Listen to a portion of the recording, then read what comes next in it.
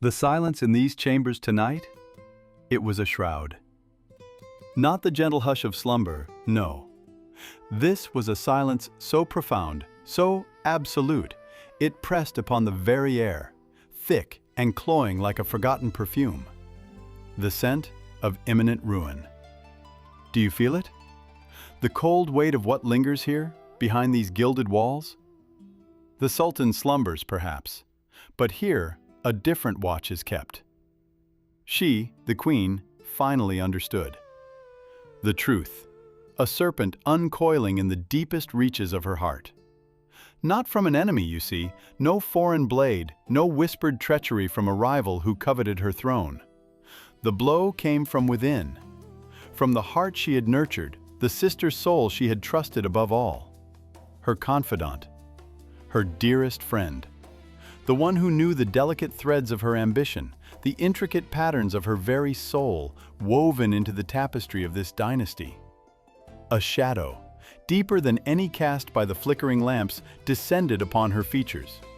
Her eyes, usually alight with calculated fire, now traced the familiar curves of the script on the parchment.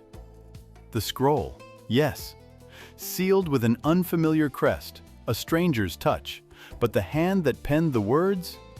Oh, that hand was known. Every loop, every flourish, a bitter echo of countless shared moments, of whispered dreams beneath silken canopies. This was no mere missive, no idle gossip from the marketplace.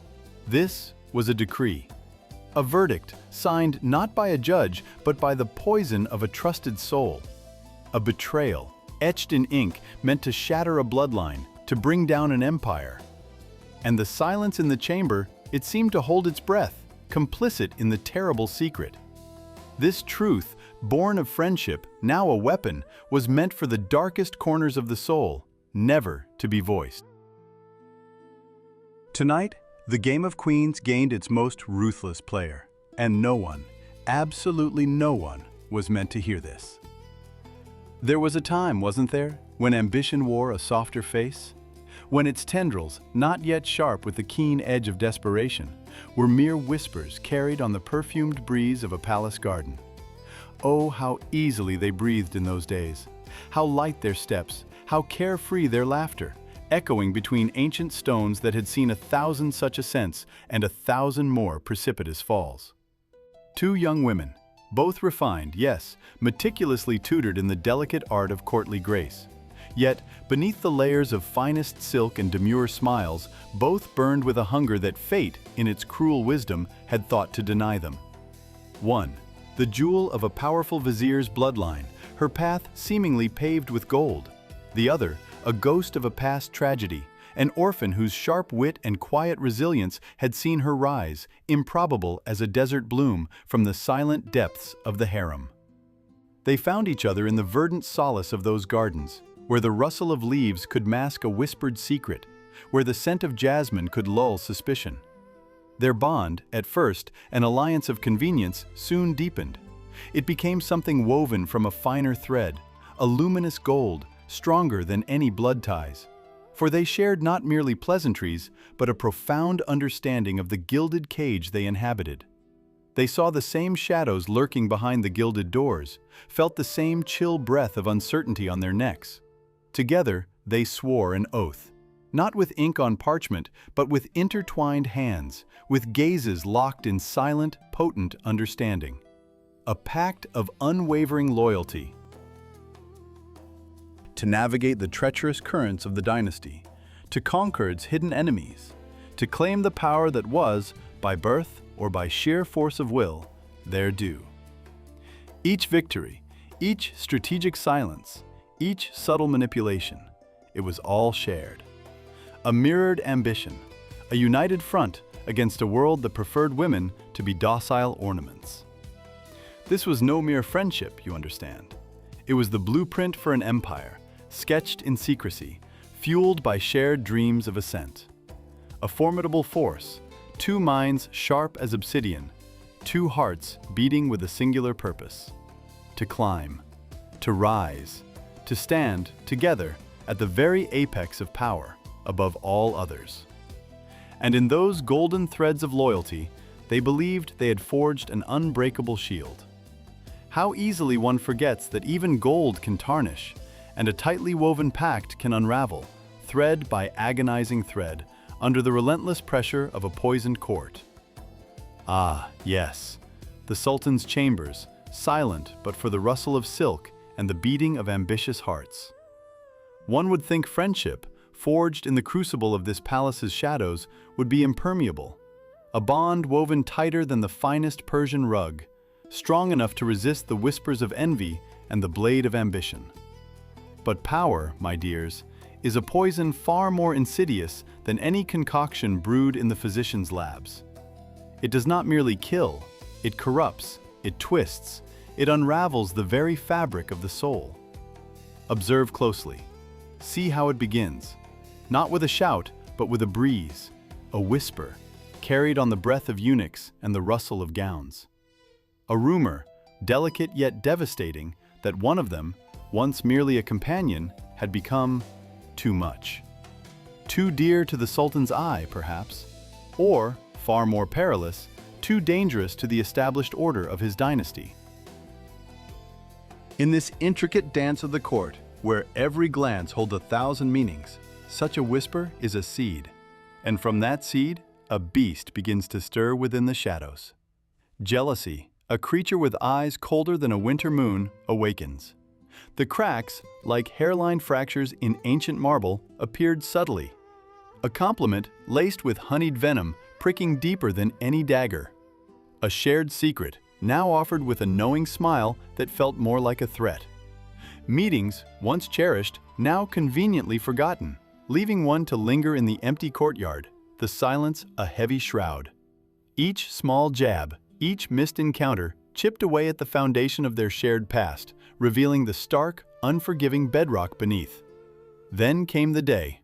A secret rendezvous, as they had done countless times before, beneath the sculpted arches of a secluded pavilion. The air hung heavy with the scent of jasmine and unspoken truths. On the low, inlaid table, a silver tray held crystal cups of chilled sherbet, the color of crushed rubies. One lifted her cup, her gaze sweeping over her friend, a flicker of something unreadable in her eyes. And then, as if by pure accident, her hand brushed against the embroidered silk handkerchief tucked into her sash. The very handkerchief they had exchanged years ago, a silent vow of an unbreakable bond, a promise steeped in innocent dreams. It fell, not with a flourish, but with a soft, almost imperceptible flutter, landing squarely in the pool of spilled sherbet. Her friend watched it sink, the rich embroidery slowly absorbing the crimson liquid. Then she raised her head, and the look she gave her, across the shimmering surface of the table, was colder than the deepest well in winter. A gaze devoid of warmth, of memory, of friendship. It was a silent signal, sharper than any blade, echoing through the chamber. A promise, not of loyalty, but of something far more brutal. The beginning of an end that no one, not even the wisest soothsayer, would dare to foretell. The whispers, my dear, had been a prelude. A subtle shifting of air in these hallowed halls, a delicate rustle of silk in the shadows. Now they sharpened into the glint of a blade, drawn not from a scabbard, but from the very heart of trust. She, whose hand was meant to steady, now poised to strike. The one sworn to loyalty, to comfort, became the architect of ruin. It began with the scrolls, innocent parchment bearing poison. Words twisted, meaning inverted, each sentence a subtle trap laid for a mind burdened by an empire. Imagine the weight of those words, meticulously chosen, designed to plant a seed of suspicion that would fester and bloom into a chokehold. The seal, once inviolate, now bore the telltale fracture, broken, then meticulously repressed. Not a clumsy error, but a calculated violation. A lie made to look like truth. Yet the calligraphy, fluid and familiar, was hers, unmistakably so. A signature of doom, penned by a hand that had once clasped hers in sisterhood. Whispers of a grand design, a conspiracy woven deep within the Sultan's own chambers, a plot to divert the sacred bloodline, to corrupt the very root of the dynasty, to shatter the continuity, to ensure that the future wore a different face, one perhaps more amenable to suggestion. Think of the tremor in the Sultan's hand as he read, suspecting treachery where he least expected it. The shock, the slow, cold dread of a ruler whose world was built on absolute fealty. Then, the final gift. A cup of sweetened sherbet, cool and inviting, offered with that same familiar smile. A smile now etched with a chilling calm. But within its ruby depths, poison lay in wait. A silent, swift farewell. The last offering from a friend, a final, lethal act of grace. This was no mere burst of anger, no fleeting passion's folly. This was calculation, precise as a master architect's plan. A cold, unyielding resolve to remove the single obstacle, the one true barrier standing between ambition and the throne. To clear the path to absolute, undisputed power. For what is a queen without her court, without her trusted confidants? Only a pawn. But what is a pawn who can eliminate a queen? A strategist. Each woman in this gilded cage, a survivor. The rules of this game carved not in stone, but in blood and fear. Every move a gamble, every victory stained. And ponder this, my dear. What deep currents stir within a heart to compel such a strike? What unfulfilled desire, what ancient wound, what thirst for dominance? Each had her motive, her private reason for wielding that unseen dagger. And in the terrible silence that followed, the true cost of their game became clear. The screams have long faded, swallowed by the thick velvet drapes and the hushed echoes of the palace. Now, only the silence remains. An oppressive quiet, heavier than any crown, settles upon these halls, a shroud woven from regret and the cold certainty of what has been lost. The storm, you see, was not merely of ambition and betrayal. It was a tempest that tore at the very fabric of the empire, demanding a price paid in blood and innocence. A dynasty secured for a moment, yet forever stained. Look closely, beyond the gilded cages and the shimmering silks. Do you not feel the chill that permeates the very marble beneath your feet? It is the cold breath of a ruthless dynasty, secured not by love or loyalty, but by the relentless grind of ambition. That friendship, once a vibrant tapestry of shared dreams and whispered secrets, lies now in ashes. Its dust, fine and bitter, clings to the hands of the one who survived. A victory, perhaps, but what kind of triumph leaves such a desolate landscape behind? What future can truly blossom from such scorched earth? For the queen, the victor, the silence is a mirror. It reflects a face etched with the shadow of doubt, a heart now a fortress against the phantom whispers of fear. Paranoia, a loyal, venomous companion, stalks her every step, turning trusted advisors into potential betrayers and innocent smiles into veiled threats. She walks alone now, truly alone, upon a path paved with the bones of those who once stood beside her. Did she ever imagine that the softest silk, the one that bound their souls, could so easily be twisted into a garrote, a silent instrument of their undoing?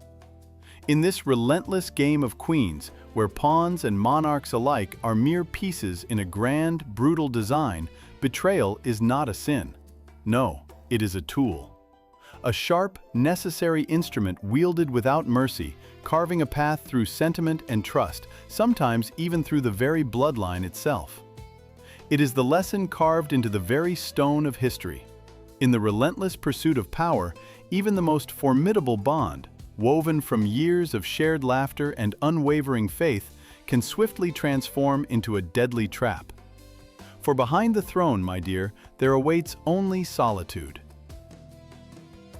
And the enduring, haunting specter of those you left behind. Their silent accusations echoing in the deafening stillness, a poison in the air she breathes.